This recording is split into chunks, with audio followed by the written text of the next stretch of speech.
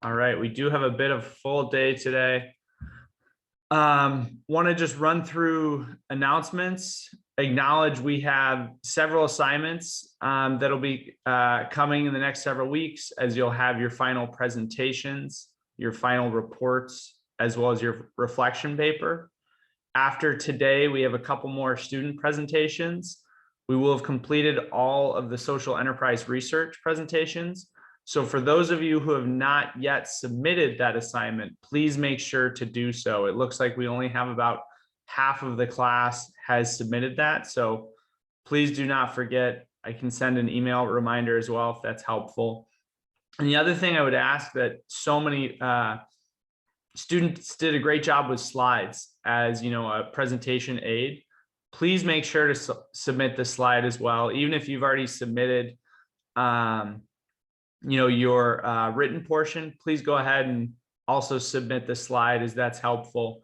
And then as I've reviewed the first half, they've all been really great. The only thing I would say is make sure to include if you did meet with someone from the organization, or I know a couple of you made repeated outreaches but did not get a response, please include that as well. Are there any questions? Oh, the one other thing I want to say with assignments as well is students asked for a couple examples of a final presentation, like the slides, as well as final report. If you look under the last module, week 15, you'll see a couple examples now.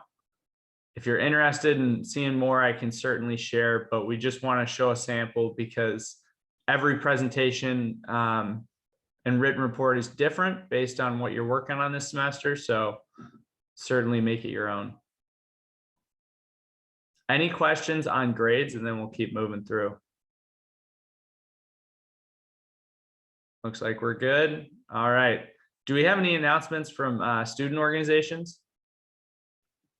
Yeah, so for this week in Net Impact, we are having a panel that is focusing on diversity and disparity, specifically marginalized voices in the workplace. So it's actually a collab event between Net Impact with BAM, Compass, and the Disabled Student Culture Center. So if you're interested in that, hop on through. I will drop the link in the chat. Excellent. Anything else?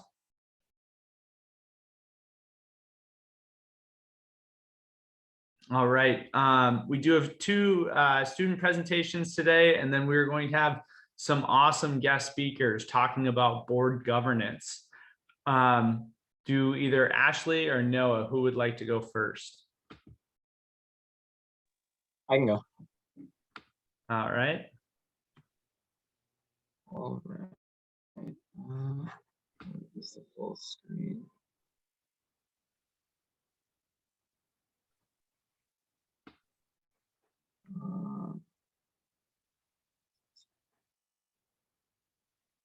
Sorry, find the present button.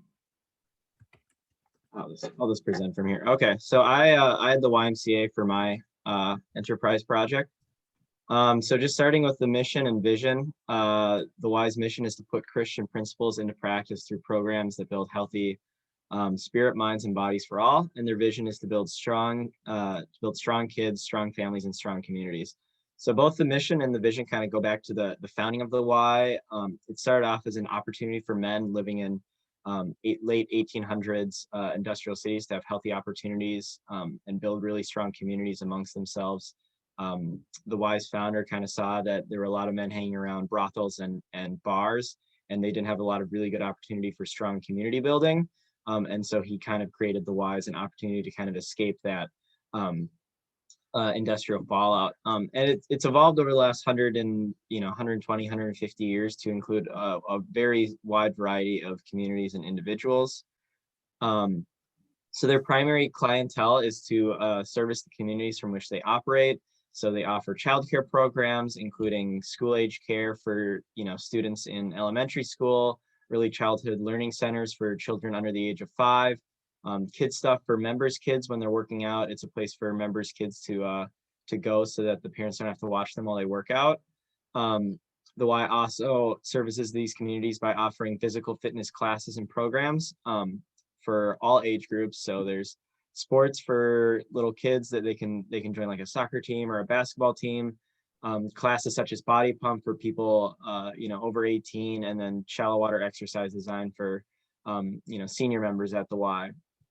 And another way that the Y services their communities is by offering a lot of financial assistance. So the Y really wants to make sure that they aren't just providing opportunities for people with higher incomes. And so there are scholarships you can apply for to cover membership fees. There are scholarships you can apply for to cover childcare fees. So there's plenty of ways that the Y, kind of tailors its services to meet the needs of its communities. So looking at their financial model, I looked at their financials for 2019, and the majority of their revenue comes from membership dues.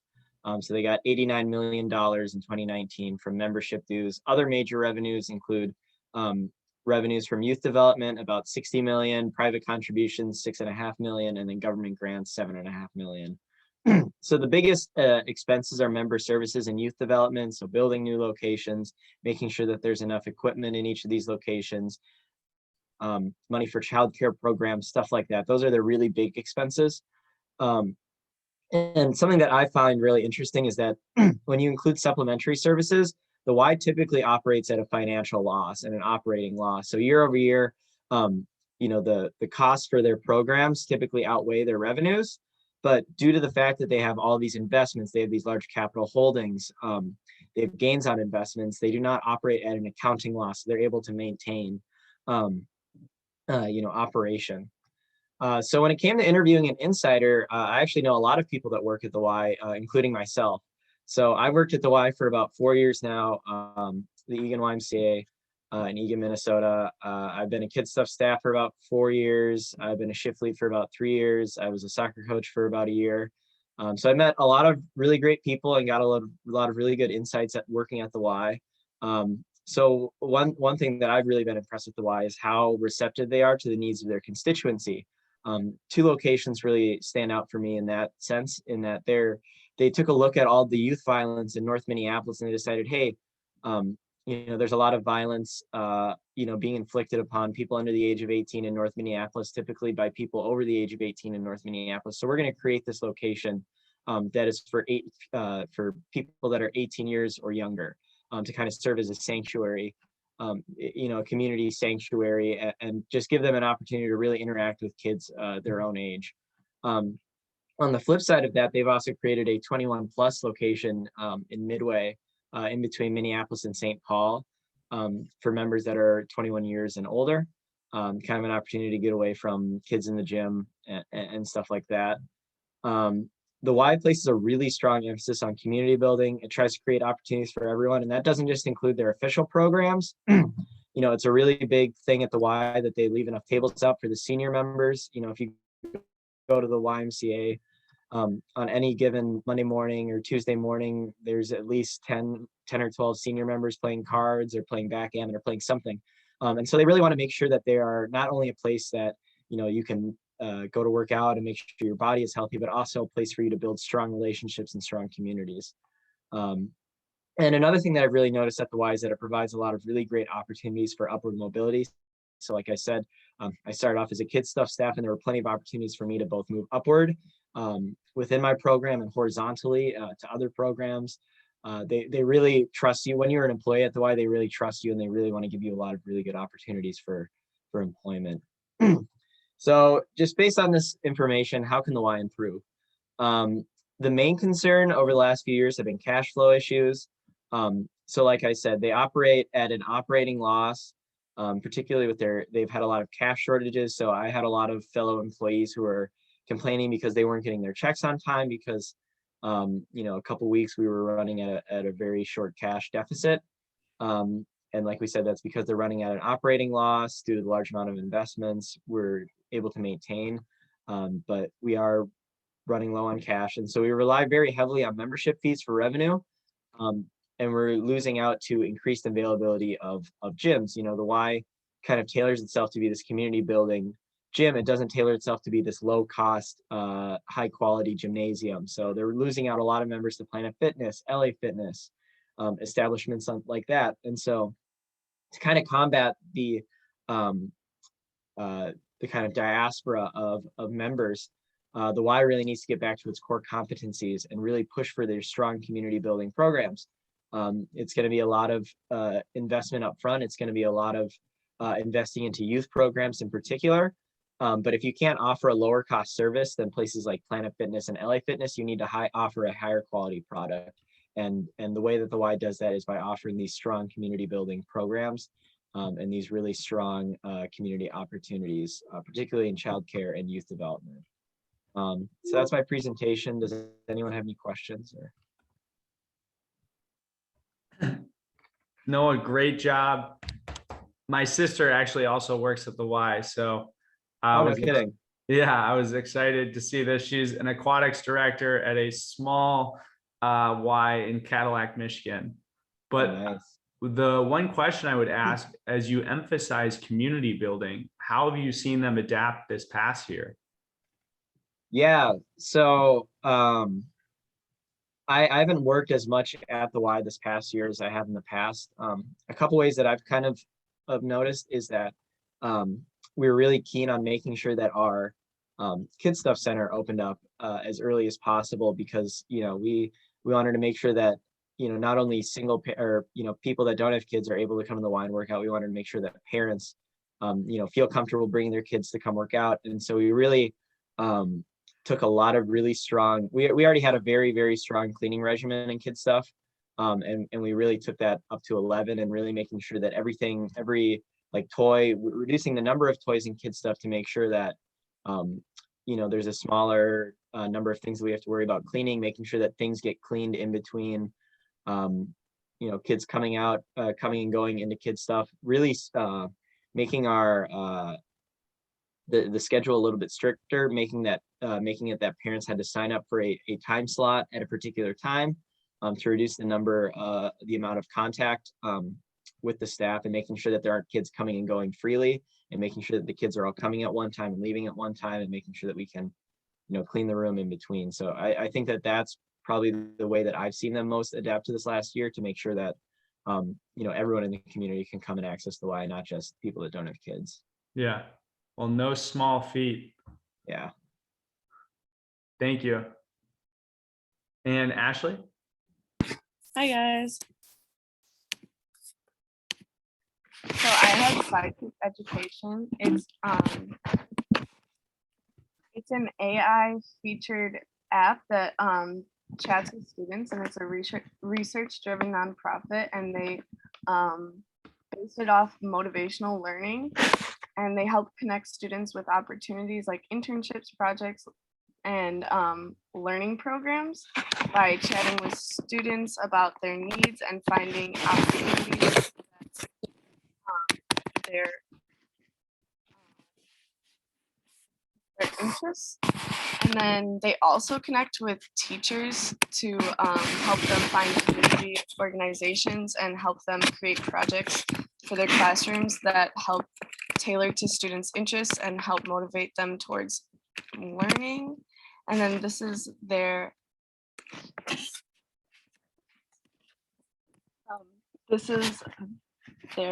statement: power engagement through personal conversations.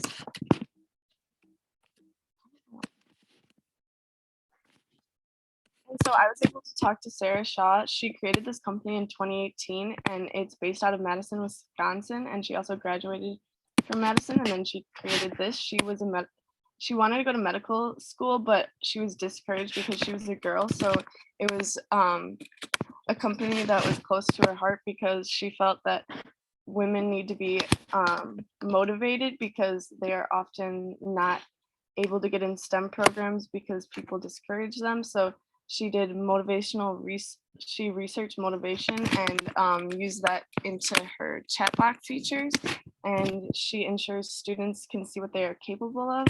And then Sidekick's funded through grants. They don't charge teachers or students. So these are some of, and then they also get funding from private companies, and these are some of the private companies that they receive money from.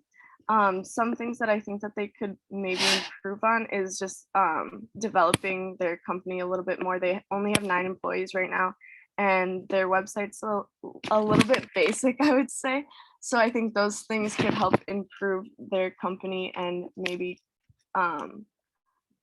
get more people aware of their chat box features, because I don't think a lot of people know that this exists, and I think it's a really helpful thing for teachers and students to get connected with. You have any questions? Thank you. And so you talked about the fact that it's all grant funding today. Is the intent to have that sustained into the future, or are they looking for this to be like a program that individuals would pay for in the future? Yeah, I think that they're thinking of ways that they can fund this, maybe through like teachers or students. I think more towards like adults though, because they motivate the students and they don't have a lot of funding. So I think that they're looking at both options when I was talking to Sarah, but she isn't quite sure how she is going to do that right now. And so did she share about how did they, get the word out? Like you mentioned, you sounded, very fortunate to hear about it, and how have they been promoting it to others? So they've gotten like a few interviews. So like when you look them up, you can find like news things that they are affiliated with. And I think that they got the word out in Madison because of the area. And so they connected with teachers and like had presentations with them to help share the word there. But I don't think that they've spread their wings much farther than Madison, Wisconsin. Got it. Well, thank you so much. With that, I'm excited. We have a few speakers. Greg, I believe John should be joining us as well in a couple minutes, correct? Yes, he said he would. I just sent him a text. Perfect. And yeah, no, I saw he accepted. So do we want to stall for a minute and then do introductions? I actually have a question. Do you want me to fill some time? Yeah. Where did you say the examples were again on Canvas? Yep. So if you go to Canvas and then the last module, you'll see along with each of the final assignments here. I'll pull it up actually. Is it like the Experitas and Habitaware ones? Correct. Yep. Okay. And so if you would like to see additional examples, please either send me an email or we can definitely talk through that as well Thursday. Any other questions before we talk about board governance? I have another one. Is the final report due the same day as we present?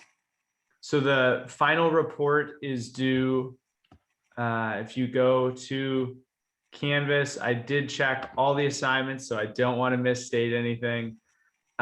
You should see that they now all say April 27th, which if you're presenting on the 22nd, because remember, we'll have essentially our class split into 2 dates, you will still have until the 27th to submit. And so that is both the presentation as well as the final report. And then the following week on the 4th is when the final reflection paper is due. I did note, I encourage everyone to finish all the assignments so you can be done, with the course that week of the 29th, but you do have until the week of the 4th if you need it. And are those the last pieces that we'll be turning in for this class, that the reflection paper is the last thing? Correct. So in terms of what the next couple weeks look like, next Tuesday will be essentially this coming Thursday will be your final course to be working on your final project. And then next Tuesday will be a semester essentially review of the activities that we did this semester. And then on Thursday, the 22nd and the following Tuesday, the 27th will be the final presentations. And then we'll just have really a recap. It'll be a short class on the 29th. And we'll make sure everything's submitted and you'll be on your way. For that final report, so the one that's in there right now is 25 pages long. And I was just curious if that is kind of like the expectation for each group, or what you were No. thinking? If you click into it, you'll see their appendices are probably 15 of those pages. Okay. And so once again, every project is different. And so that's why it's important that you've been working with your liaison, whether it's Greg, Leah, myself, to check in and baseline. But the example that you saw, I tried to provide one that had lots of examples within it of what they were trying to iterate, because that was about a new product development. But certainly if it's not applicable to your project, you do not need to be including that many appendices. Okay. All right, we do have John with us, so I'm excited to kick this off. If we want to introduce both Sarah as well as John, and then Greg, do you want to take this section away? Sure, thanks, Matt. And hello, everyone. Good morning. Nice to see you all. So we're going to talk about, board governance and boards of directors here, and I could really think of no better colleagues to do this with than Sarah Milligan-Toffler and John Munger, who I've worked with for many years, both of them actually, although mostly with Sarah. We worked together for like 23 years, which seems like a long time, doesn't it?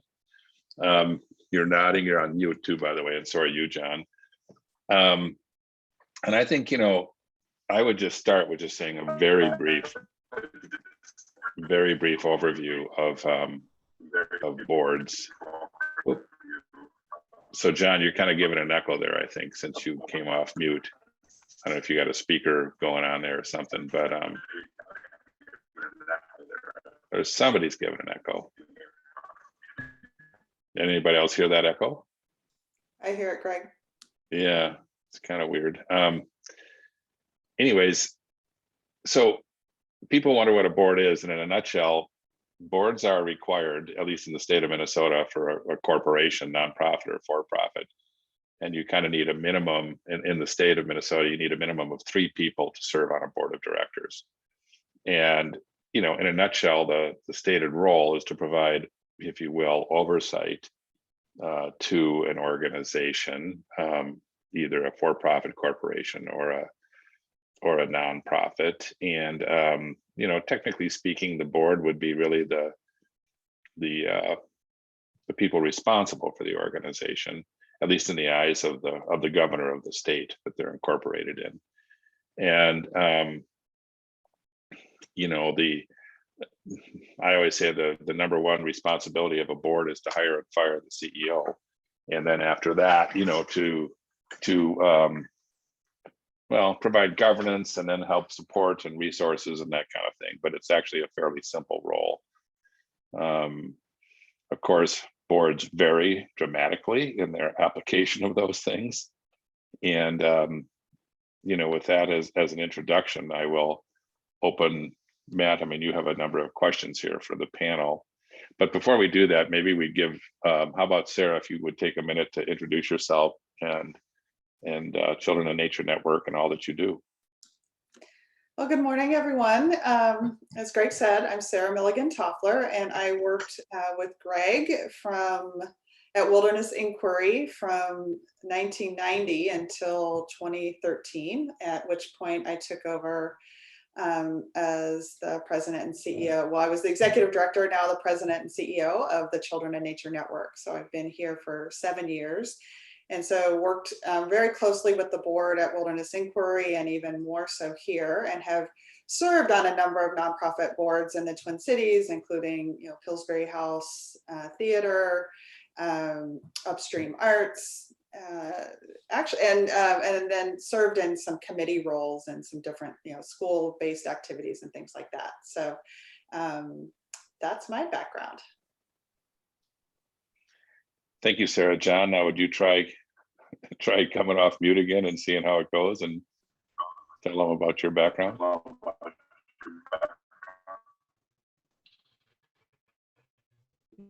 Yeah, I'll see if this works. So I'm John Munger. I am now a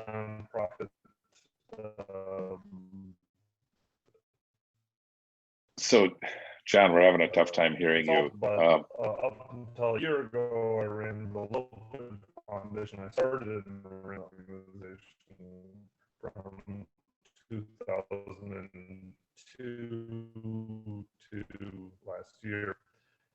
And then like Sarah, other boards.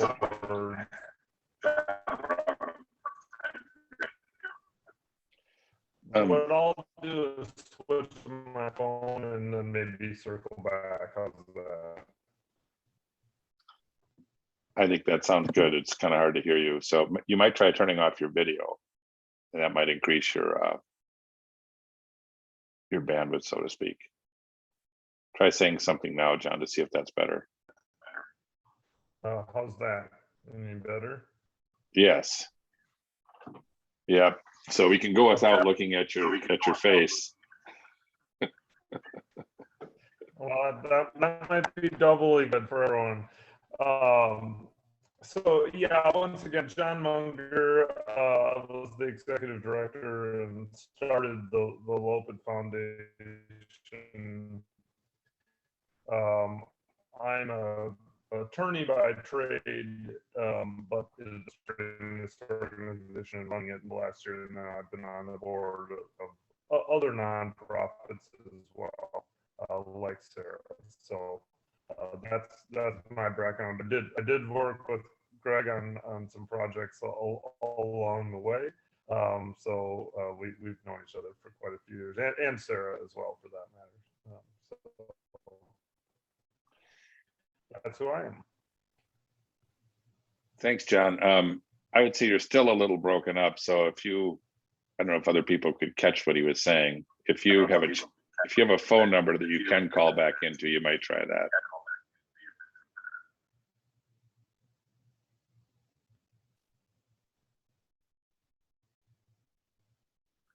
Yeah, and with that, I think we can go ahead and just keep moving forward. Greg, you really kicked it off by talking about the broader role of boards, and I think it's important, that we spend some time talking about how boards are really helping organizations move forward, and how are they falling short of those ideals, or how could we do a better job, educating our board members.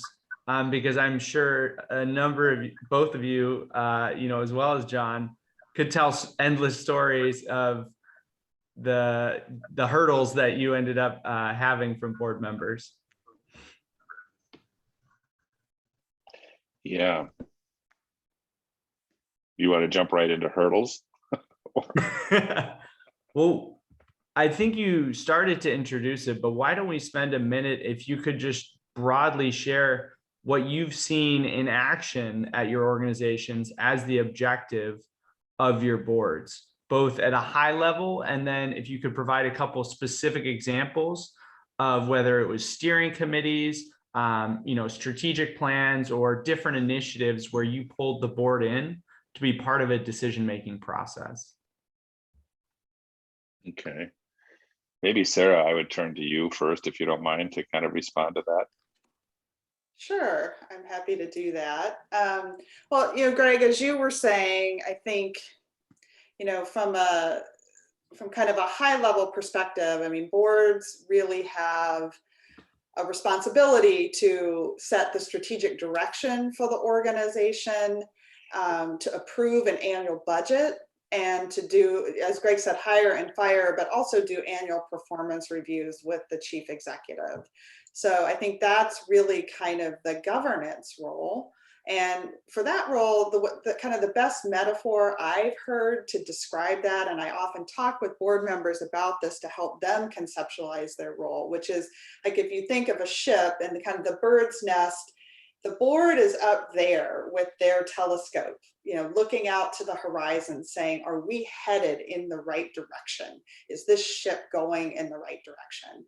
And then it's really the job of staff to be on deck, making sure that the ship is, all the things are happening, right? Like that the deck is clean and that the sails are going and all the things are happening to keep that ship moving in that direction. But that's really kind of the separation. The board really should not be concerning itself with what's on deck. Because when that happens, then you've got an executive director or a chief executive giving direction to the crew, and you've got board members trying to give direction to the crew, which is really unhelpful. And that's often kind of the thing that's most challenging.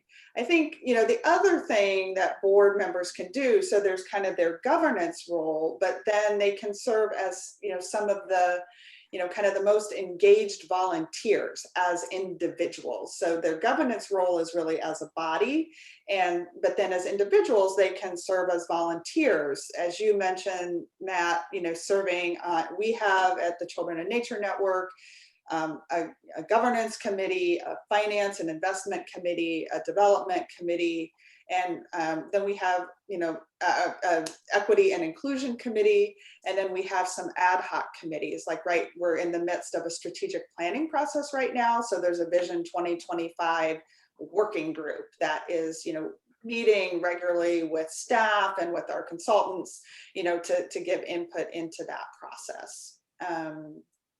So I'll stop there and see if there's any questions or anything else someone would want to add to that.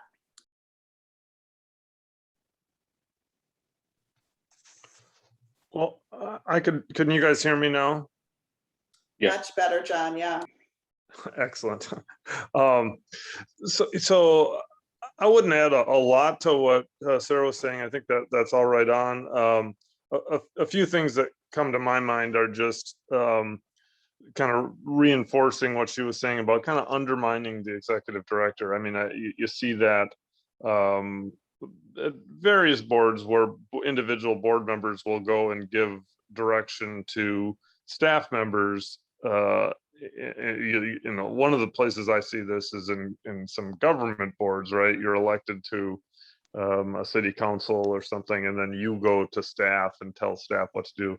Right now, the Minneapolis is actually going through a referendum to figure out how it should work going forward, because right now many staff feel like they have 14 bosses, the mayor and the 13 council members, and that I don't think people feel like is working particularly well. So that's I think a really big principle that is important for everyone to keep in mind. And then that ship comparison, I think, is right on. They're setting the direction, and the staff is figuring out how to get there. The other thing that I kind of talk about with prospective board members as they come on is the 3 T's, right? Time, treasure, and talent. And oftentimes with a nonprofit board, you'll go to the board members and say, hey, we're interested in having you on our board. They'll say, well, what are the expectations? And you can talk about that time, treasure, and talent, right? And what you say is, or what I've typically said is, hey, you have to be committed to at least 2, being really strong on 2 of these 3. So it might be that you're going to commit time and you're going to spend time on committees, and really kind of dig in. You're going to volunteer at events, whatever it might be. It might be that you are someone who has significant resources and can help the organization financially, or maybe your grandmother has significant resources, or your network, but you're really willing to go to bat to try and make sure that the organization is.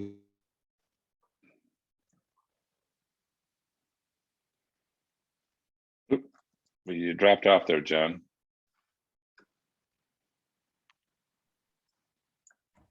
But I think that is an important part, is John, you talked about the 3 T's. Could we spend a couple minutes talking about how do you identify board members? What does composition, or the board composition look like? Whether it's from a representation standpoint, from its functional expertise. Would love to understand what is the consideration set. Well, I think that's probably a little different for each organization. And, to John's 3 T's, treasure. So a lot of people think in the nonprofit world, board members are there to help them raise money, which they are. And you know, my belief is that every board member, and there's a rule of thumb, so to speak, that you know, every board member should make a financial donation to an organization, no matter how small it is. But you know, they call that the 100% Giving Club, and I fully agree with that statement as a protocol, if you will. But clearly, I think for each organization, you know, it depends on how much do they need to raise money, you know, and that will kind of dictate in part how many people on their board they'll get to try to help them do that. And, you know, the other thing is time. I mean, if people don't show up for meetings and don't pay attention to things, which happens a lot in nonprofit boards, you know, they're not really doing their due diligence. So to be engaged and motivated is a big thing. And then the talent piece, you know, if they have expertise in the realm that you're operating in, and I think of all the different nonprofits that we've talked about, from you know, He to We to you know, Friends of the Gong Road and everything else in between, you know, those different organizations have different skill set needs. Now, everybody can use a lawyer, probably, you know, I hate to say that.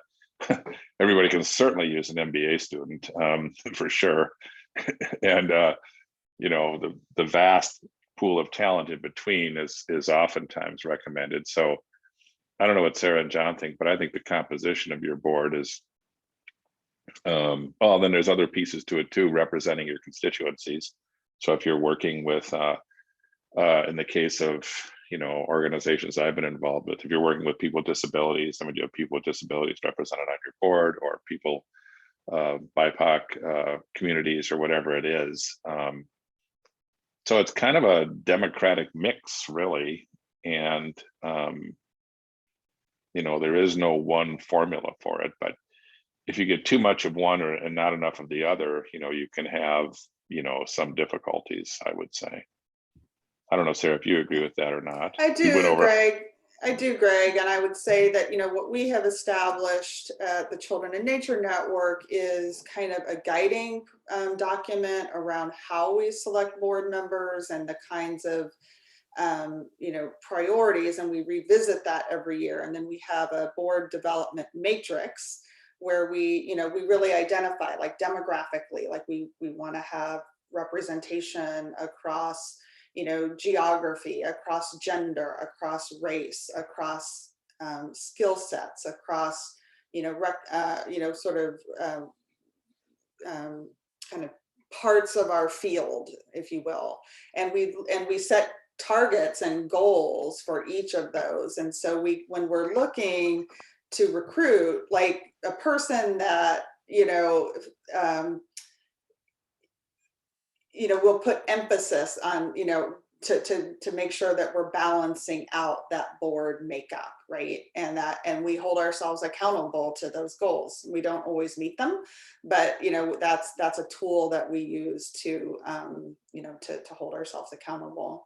I guess, you know, just in terms of, like, the process of, like, how you find people and identify people, that's, you know, that is a role that, you know, for those that are already on the board, to really talk with them about who's in their networks, you know, kind of once you have sort of identified what you're looking for and what your top priorities are for the year, that really helps people to say, oh, like, if we need, as Greg mentioned, a lawyer, that was a thing, you know, it's like, we're really looking for a lawyer in the Midwest who, you know, who really cares about issues of kids and nature. Then people can start to hone in on people in their network that kind of fit that profile. And that can be really helpful to get others to sort of think more of folks in their networks.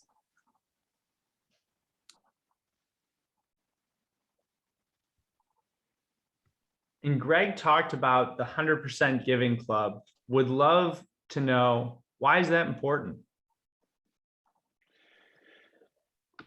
I could jump in on this one.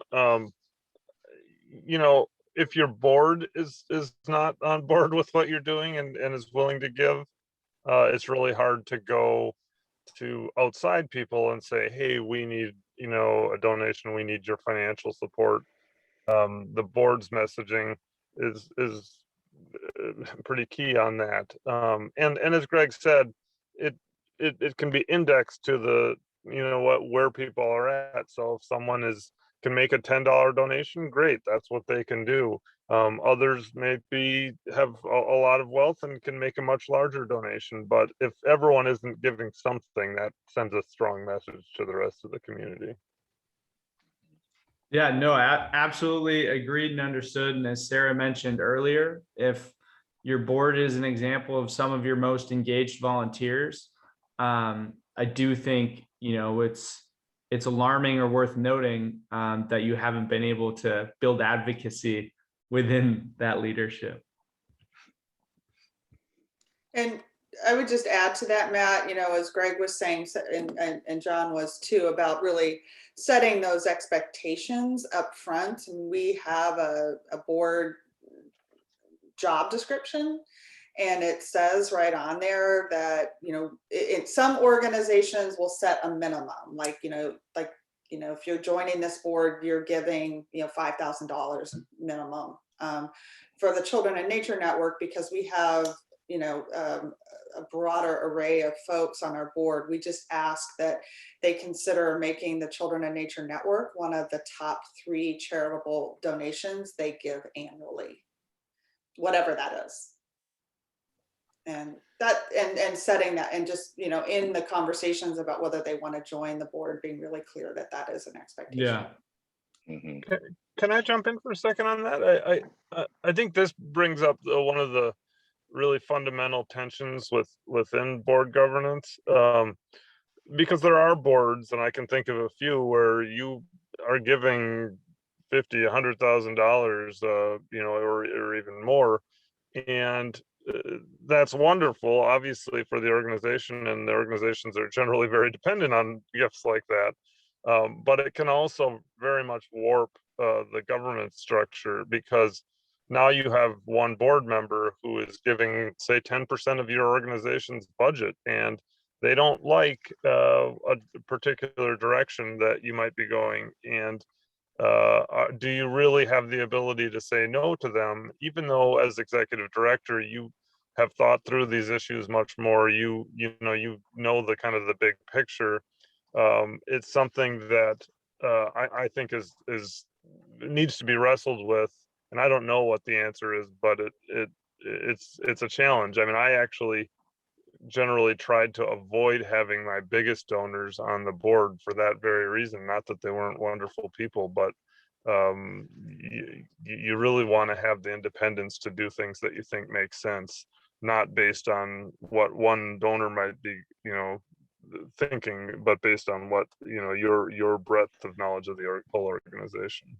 No, I think that's a great point. With my work with Wallen Education Partners, which is, providing scholarships and college completion program for lower income students, that was born out of a family foundation. And when they became a separate 501c3 and brought in, corporate and community foundations for additional financial fundraising, you sat in those board meetings and you could just tell the tension or the influence that those particular individuals from the family, brought. And it's because of the financial weight that they carried. And I think going back to, Sarah, you talked about earlier, but if we're going to make this a democracy, it's difficult to do that, as John said, when 10% of your budget comes from one individual. Well, I've come to be a believer in that. I mean, the danger that John outlines there. And, back to Sarah's metaphor of the bird's nest and the board looking out over the horizon of where the organization should be going. I would say that that's the best. I mean, that's the ideal situation that you've got. And in a functioning board, in a, good situation, that's the way it is. Unfortunately, that's not always the way it is. And, a lot of times the staff probably know more about where the ship should be going than board members do. And I think it's, really important to think for a moment about what motivates people to join a board. And, in the for-profit world, you join a board, Mutual of Omaha or something like that, you get paid $25,000 a year to sit on a board and go to 4 board meetings. It's a pretty good gig. And a lot of people, who I know, intentionally seek those gigs out so they can get paid big bucks, big stipends without a whole lot of work. But at least they're getting paid. And so therefore, they're motivated to see something.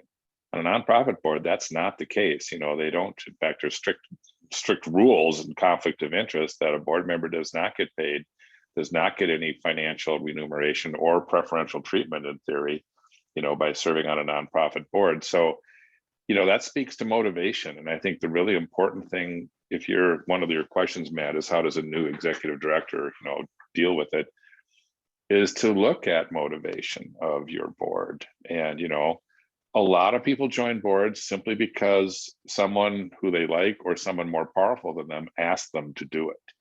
And I would tell you that I joined 3 or 4 boards that way because I didn't want to say no to somebody who I thought was influential in my life. Not the best motivating reason to join a board of directors. I just got to say. And in some cases, I got off the board quickly, and in other cases, actually, I came to like the organization and got engaged in it. But that was one reason. Another reason why a lot of people join boards is to expand their network. And people do it because they want to, meet people and gain influence and, build their networking capacity. So that's another huge reason. But it's also, it's a legitimate reason, I think, but it's also a selfish reason. It's a self-serving reason. You're not joining it you're not thinking about bettering the organization. You're thinking about how do you expand your network. A third reason that I wrote down here was, community reputation. Some people join boards, they want to be on a marquee board or on a board because it enhances their status in the community to serve on a board. A lot of corporations, 3M, Matt, where you worked, and a lot of big corporations in town really actively encourage their employees to serve on nonprofit boards. I do. I think it's a great thing to do. But a lot of people do that to kind of enhance their perception or have it kind of as a thing they can have on their LinkedIn page or whatever. And I don't mean to be cynical about it, but when you don't have any material benefit to you by serving on a board, what is your motivation?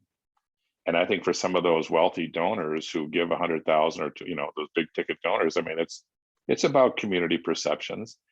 And I don't mean to say that there aren't many, many, many, many people who are motivated by the mission of the organization, because many are motivated by the mission of the organization. But what you have to realize when you're getting into this is that it's a complicated mix.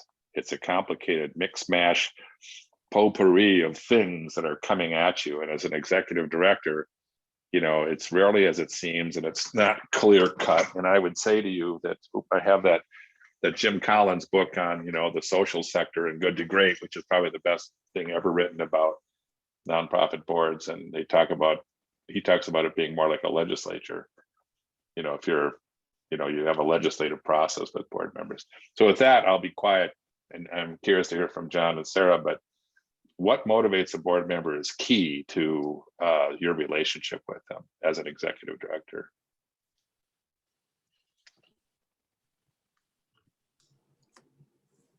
Yeah, I mean, Greg, I guess, and I don't know, Matt, I was sort of thinking about this, like,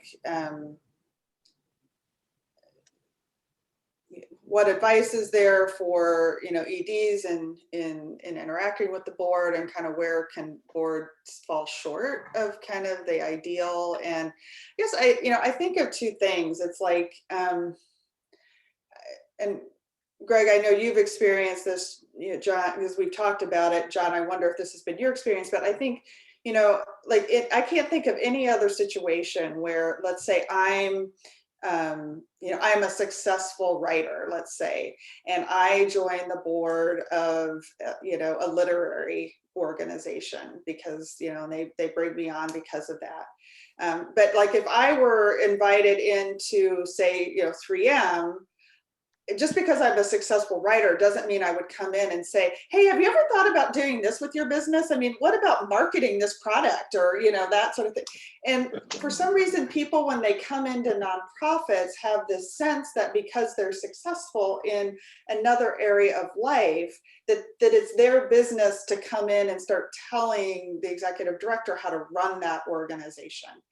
And so I think, it's really, I mean, I would say, like, if you're going to serve on boards, I mean, one of the things that I would recommend is that you think about your expertise, but you ask first, how can I be of help? You make it your business to understand what the organization does and how they operate, and come in with curiosity, and asking rather than telling, which is just, there's a cultural thing around that. I don't know what it is, but people think that nonprofit folks don't know what they're doing for some reason. Which I would challenge any of them folks that have worked in the for-profit sector to try running a nonprofit for a while and see if it's not harder, actually, than a for-profit kind of situation.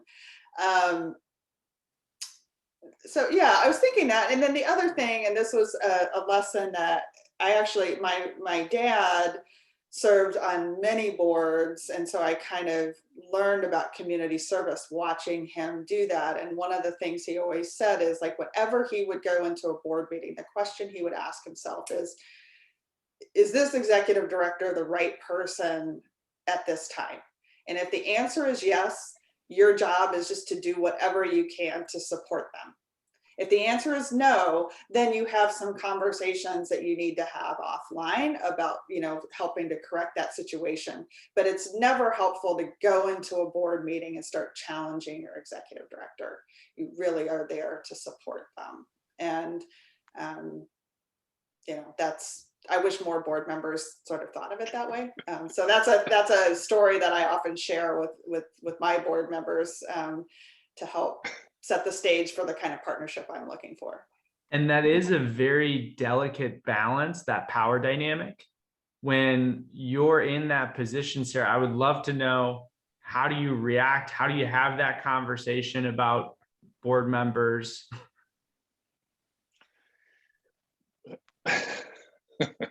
Yeah, I mean, one of the things that I've said, and actually kind of did sort of a pivot with our board a few years ago, because I was just noticing that, like, people would come to board meetings, and even though the organization was actually doing really well and it had some huge successes, these board meetings, like, you'd leave, like, my staff would leave in tears, and like, people felt like crap, when it's like they really should have been celebrating. And I realized, like, there were a couple of people that I went to and said, I hope you know that you can come to me any day of the week and tell me you think I'm doing a crappy job, ask any question you want, like, tell me you don't understand why we're doing something, let's have that conversation. But at the board meeting, unless you have no other recourse, unless you've tried every avenue to influence this topic and have hit a wall, please don't do that at a board meeting, because it takes the whole thing down a rabbit hole of negativity. Versus, board meetings should really be about, like, how are we building this organization? What are the new opportunities, and how do we work together as a board and staff to do that? And not that you can't have difficult conversations at board meetings, but it's not necessarily the time to be, it's kind of like,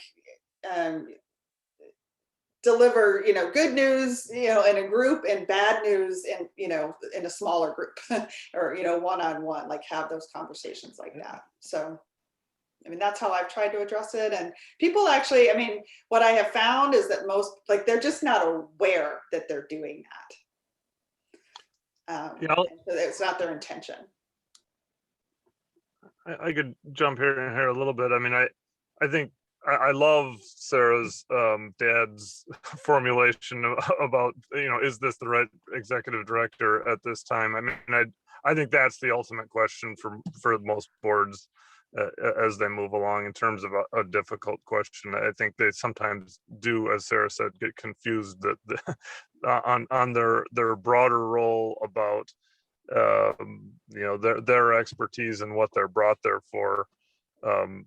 Thinking most of the time wrongly that for some reason they were brought in because they have more expertise than the staff.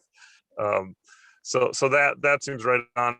I always try and manage, and I think this is something that can be a challenge, especially as your board gets bigger and organizations get busier. But I try and have individual meetings with board members, or even phone calls, just some kind of check-in offline, to give them a chance to express any kind of questions that they might have, to update them on things that I know are important to them, or just to have a personal interaction, so that there's not this kind of all business thing that happens at boards. Sometimes at the board meetings, the board members can actually get into a competition with each other to see who can ask the most challenging question. They sound the smartest, right? And that can lead to real negativity on the staff side, and just be very destructive. So I think, if you can, as a ED, that role of making sure that you're spending time working on your board outside of just the board meetings is really an important one. And then that relates, back, and Sarah's done a great job of giving us some frameworks here, but that bird's nest thing, I think setting that direction, yes, that's the ultimate thing that you talk about with the board.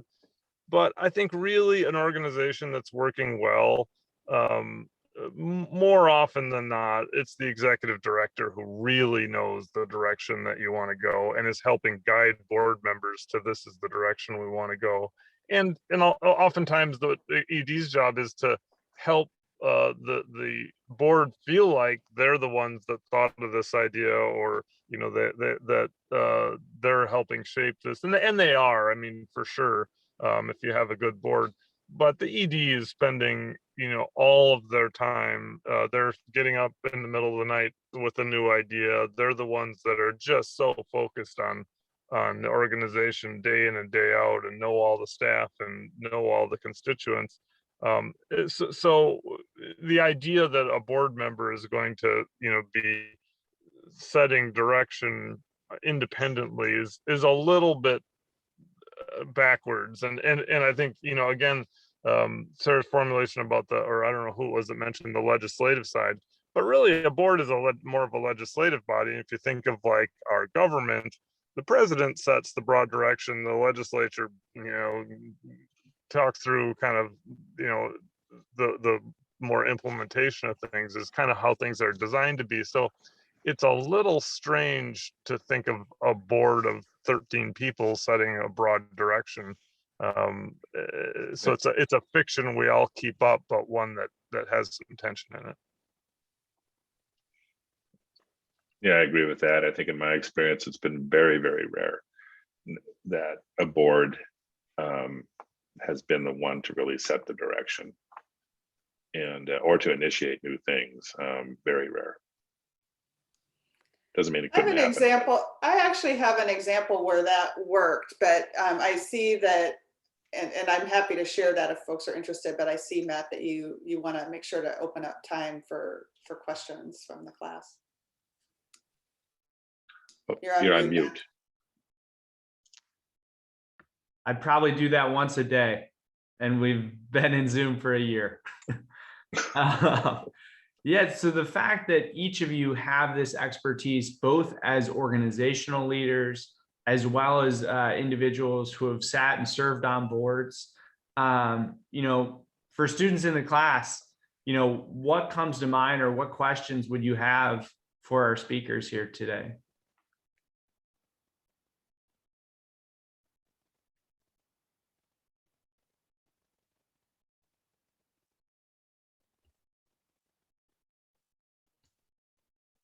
I have a question. So I guess both of our guest speakers and Greg, would you guys recommend that we look to maybe serve on a nonprofit board at some point in our careers? Is it fun? It is fun, and I would recommend it highly. I think it's you learn a lot about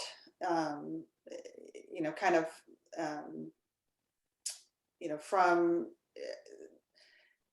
what it looks like to support, you know, an organization that's doing good work in the community and kind of serve as that ambassador. And particularly if you have done some thinking and studying about what makes a good board member, I absolutely think that is huge, because I think most people don't really put the time in to think about like what do I need to do to be a good board member? What do I need to learn? So the fact that you're taking this class and thinking about this, I would say go for it. And yeah, I mean, as Greg said, like you do meet really interesting people, right? Like it is a good way to build your network. And I don't think it's a bad thing as long as, you know, you're really, you know, kind of keeping in mind, like centering the organization and the work. Like you should get some benefit from your participation, and you know, that can be a lot of fun. So yes. I agree with that. And I do think it's important, Ian, for everybody to serve on boards that you can. And I think it's like Sarah was saying, important to remember the role is really crucial. And I remember my kids went to a Catholic school in South Minneapolis, and I ended up getting, you know, on the board there. And the staff were actually, and the other board members actually were not really in favor of me being on the board because they didn't like parents being on the board of directors of the school. And I was the only parent at the time. But I understood the role of boards and that it wasn't about, you know, the last thing I would ever do was use my board position to intervene on behalf of my kids. Unfortunately, my kids were good and I never had to for the most part. But they got some other board members, some other parents on the board, 2 or 3 others. And it turned out that they were right. Every one of those parents used their position on the board to countermand a teacher or to do something, you know, to advance their kids' school careers at the great consternation of the staff. So I think as long as you realize that, you know, you're there to serve a broader community on a board, a community that is, you know, embodied in that organization's mission, and it's not about you. And if you can keep that in mind and follow, you know, I think Sarah's dad, who I knew, by the way, a very wise man who I appreciated him. In fact, named a boat after him, Sarah, which is still out there. I appreciated him immensely. And as long as you can remember those things, then absolutely, just don't ever get tripped up in your own ego and needs. And remember, you're there to help support that executive director. And if you can't support that executive director and you can't influence that support, well, then you should probably get off that board and not be a part of it.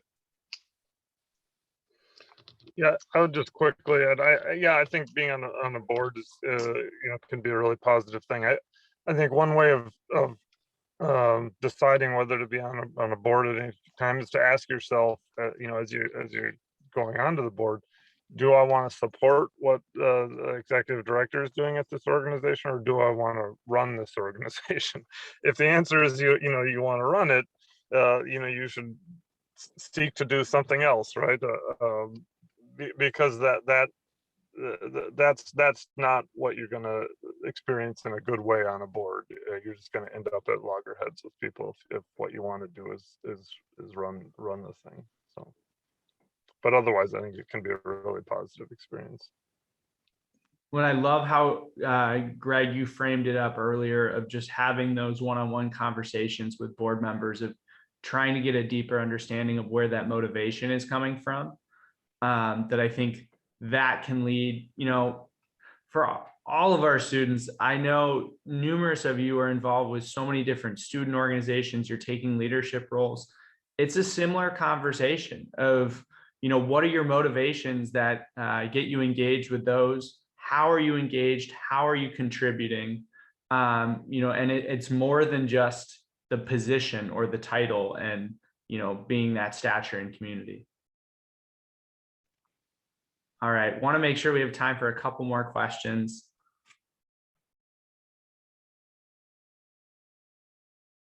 And thank you, Leah, as well, for putting Propel for Nonprofits.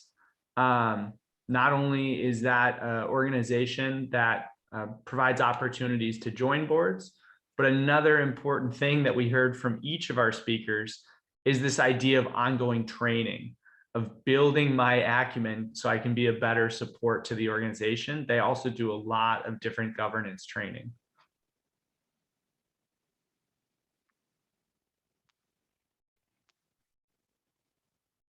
Yeah, a question from Leah. Do you want to ask or do you want me to read it? I can ask it.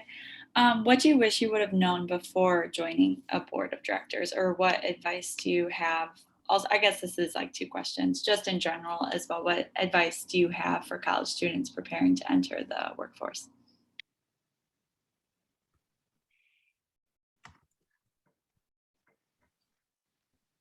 Well, I think that's 2 questions. As far as known before joining a board of directors, maybe known isn't the right word. I mean, isn't the right thing. At least I can't think of anything right there. I would say though that to be passionate about the mission, I mean, to have don't join a board just because someone's asking you to do it. I mean, join a board because you believe in what they're espousing and what they're trying to do. So for example, with Sarah and the Children in Nature Network, they're trying to, create a world where every child is introduced to nature and can adapt that as part of a lifestyle, going forward for a healthier future. And if you believe, and that's very simplistic and paraphrasing Sarah, I'm sure you can do a better job of that. But if you believe in that vision, if you believe in that mission, then, and have a passion for that, then that's what should drive you. And if you're not, if you like the organization, I mean, there's very few nonprofits that have a terrible mission. It's not like you're going to be joining a white supremacist organization or something else like that, but if you're going to, think about it for yourself and where does it resonate in your soul as to how much you would prioritize that organization's mission for your own personal passion. As far as advice for college students, Leah, I'd say get out there and do it and don't underestimate yourself. I mean, to think about, you have a lot of options, a lot of opportunities, a lot of things going for you. And, to approach the world maybe with some humility and willingness to learn, but don't hold yourself back. That's my advice. I agree with that, Greg. I would just, one thing I would add, Leah, and for everyone, boards do have a fiduciary responsibility, and there is some liability that you hold as a trustee. And so it's always a good thing to find out if the organization, carries directors and officers liability insurance to protect you against if the organization were to have some wrongdoing. And it's important that you learn and know your way around the balance sheet and are able to just kind of know that the organization is in a solid financial position. And I always encourage new board members, whether you join the finance committee or not, you should attend those meetings if they allow that, because if you understand how the money flows, you understand what that organization prioritizes, where its values really are. And it just helps you understand like how the whole thing comes together and works. So I would really, I just think it's really important to understand that you do have some fiduciary responsibility as a board member. And in terms of serving and supporting, this is not a binary decision of join a board or don't be engaged with a nonprofit that you care about.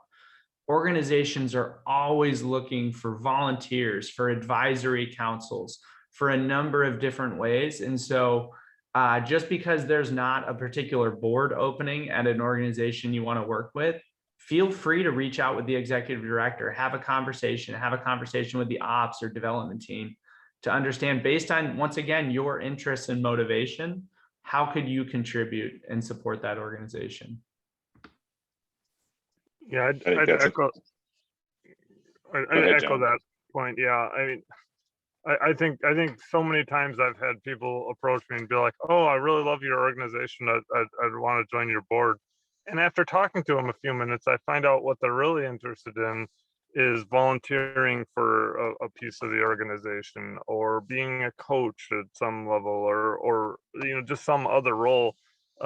And I think in terms of growing an organization, that's a really important distinction, because I've seen some organizations, they get it in their head that you don't ask anyone to do anything for the organization unless they're on the board. They call those working boards. And what that does is either you have 1,000 people on your board if you need 1,000 volunteers, or you just can't accomplish the things that you want to accomplish. And for many people, they actually don't want to sit through meetings. They want to help at events or help at programmatic stuff or whatever it is. And so, I'd make that distinction. And then in terms of that question about, advice for college students, I don't know where you're exactly going with that, but, if one of the questions is, should I go work for a nonprofit? I think oftentimes people kind of get a little confused on what it means to work for a nonprofit, and somehow think that working for a nonprofit means it's more laid back, there's less challenge, you work fewer hours. It's and that's very much, I think, not how most nonprofit organizations work. There are lots of rewards for working for nonprofits, but generally it's not in less or less challenging work. So I'd just keep that in mind as you're thinking about these things. Well, I think that's a great point. And I think of, all the hours that you put in, John, that I put in, Sarah, my God, that you put in, and how not laid back it's been, and especially when you're the executive director. I mean, how you're forced to try to meet budgets and do things with often from a position of scarcity. And then if you saw the Dan Pallotta TED Talk, you're doing that and expected to do it for low wages. And so it's not, the nonprofit world, I believe, is the salvation of capitalist society, but it's not there yet. It needs to have some very significant reform put in place, especially for the workers in the nonprofit world, so that they can, make enough money to have a good living and do that and not fry themselves and, burn out their families and everybody else. And so there's huge issues of reform there that I think need to be happening. And I know Sarah agrees with that. I can see her shaking her head, yes. So, but it's not to say you shouldn't go into it as a field. And I do have one or two pieces of advice for people that want to go into that field, into the nonprofit realm. But first, I guess if Sarah or John have any comments.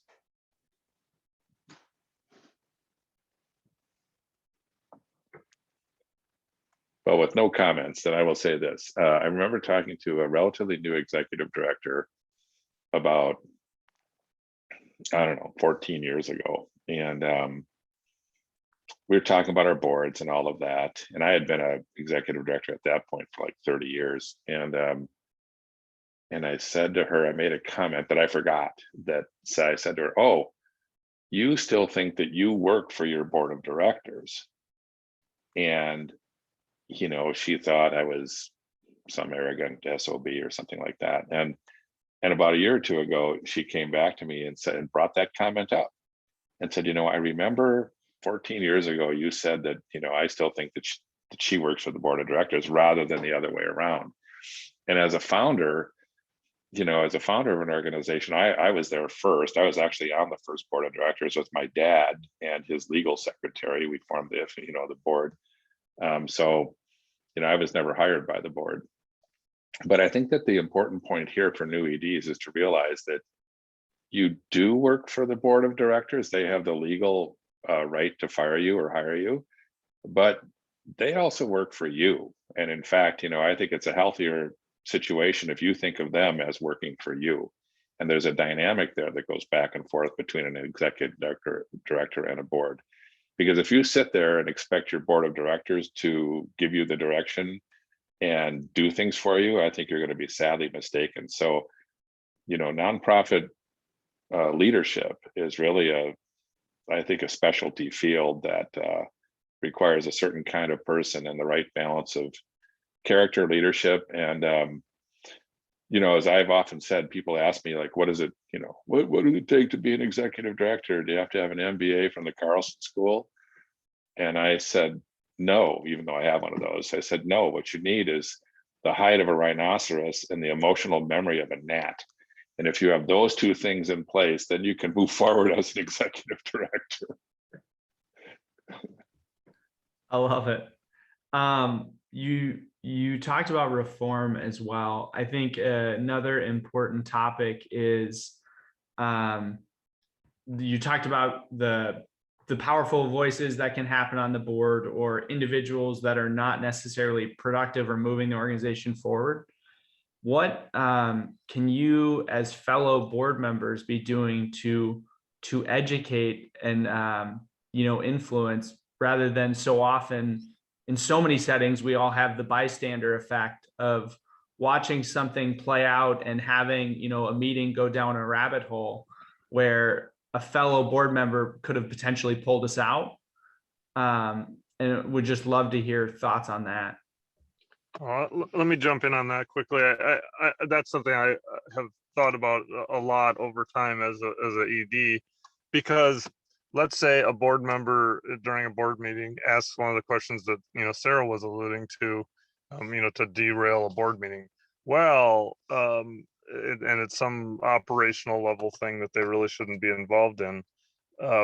What really should happen at that point, it's very difficult for the ED, because these people are theoretically her bosses, to say, that's not an appropriate question, Bob. But for the board chair or another board member to say, hey, Bob, I don't think that's where we need to be as a board. We need to be at this high level. We need to be up in the bird's nest. That's a really key role for board members.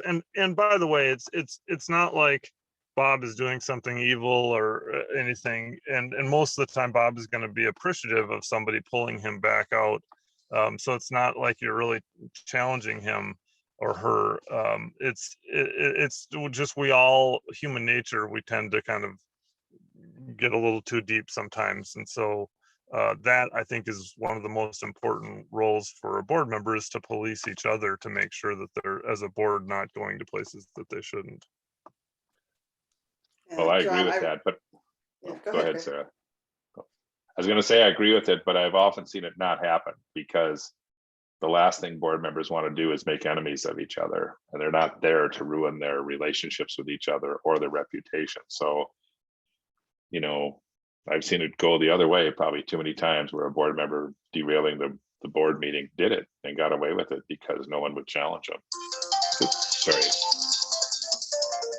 sorry about that. Yeah, I was gonna just chime in, John and Greg, with from the perspective of the ED, and I learned over time how important it is to really put a lot of time and thought into designing the board agenda and working closely with the board chair and the executive committee on that, and not asking questions that you don't want the answer to. Because if you ask for advice on something about the organization, then you will start to get all the armchair quarterbacks showing up with their 2 cents when they don't have really the expertise to really weigh in on that. So really, figuring out how do you set them up with the context and background that they need, and ask a question that is at the level at which you want them to answer. And if you do that, that can actually be really effective, and setting them up to really be able to provide some good thinking around direction. But usually that doesn't happen without a lot of work going in up front to prepare them, and to really ask yourself, is this section of the board meeting, what do we want to have happen, and are we setting it up to get there?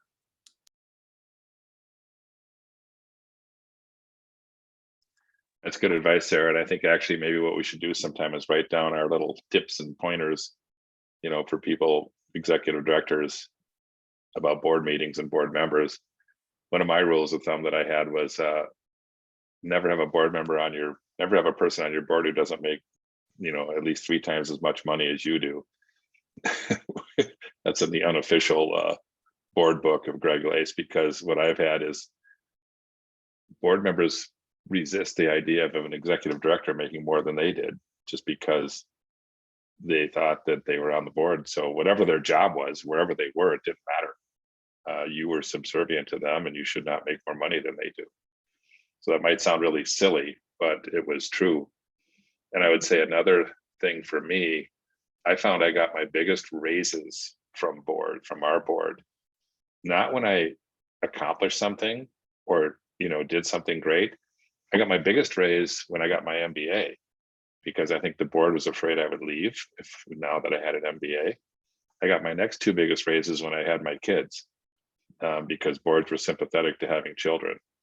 And, all of which are great, wonderful things, and I appreciated them, but it actually had relatively little to do with performance. And so, all boards are different and all things are different, but this is if you're in the nonprofit world or the for-profit world, I mean, the role of the board of directors on your life, whether you're the ED or not, is huge. And I think it really is beneficial to understand boards, to realize how they work. They're always made up of a collection of characters, and how the leader, the CEO or the executive director handles and manages the board is key to the success of the organization.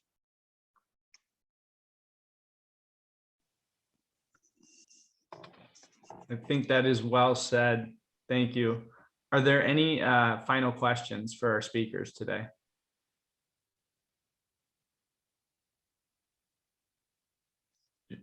Just want to acknowledge, and appreciate each of you coming to speak with our class. If students have questions or want to follow up, how can they get in contact? So they could send me an email if they wanted to. It's john.willard.munger@gmail.com. Excellent. And I saw, Sarah, you put it in the chat bar as well. And Greg has been our advisor and coach the entire semester and will continue to provide support as you're coming, especially not only to the end of the semester, but to the end of your tenure as a student. Really do encourage, take advantage of, the resources. I know I feel like I've said it 100 times this semester, but this, not only the social capital that you have the opportunity to build, but more importantly is the insights and expertise of people that have experienced these lessons time and time again. I think that can really help accelerate the learning curve for us. So with that, if there's no other questions, I'll thank each of you. If you have any parting words, please feel free to share advice to the class. Otherwise, we can close out from here. Thank you, Matt. My parting words are just reach out. I mean, that's the way to do it. So don't hesitate. Thanks for the opportunity. Appreciate it. And good luck, everybody, as you finish your semester. Yeah, thank you and good luck. Thank you all, and we will close out class from here. I will see you all Thursday. Have a great day, everyone. Bye-bye.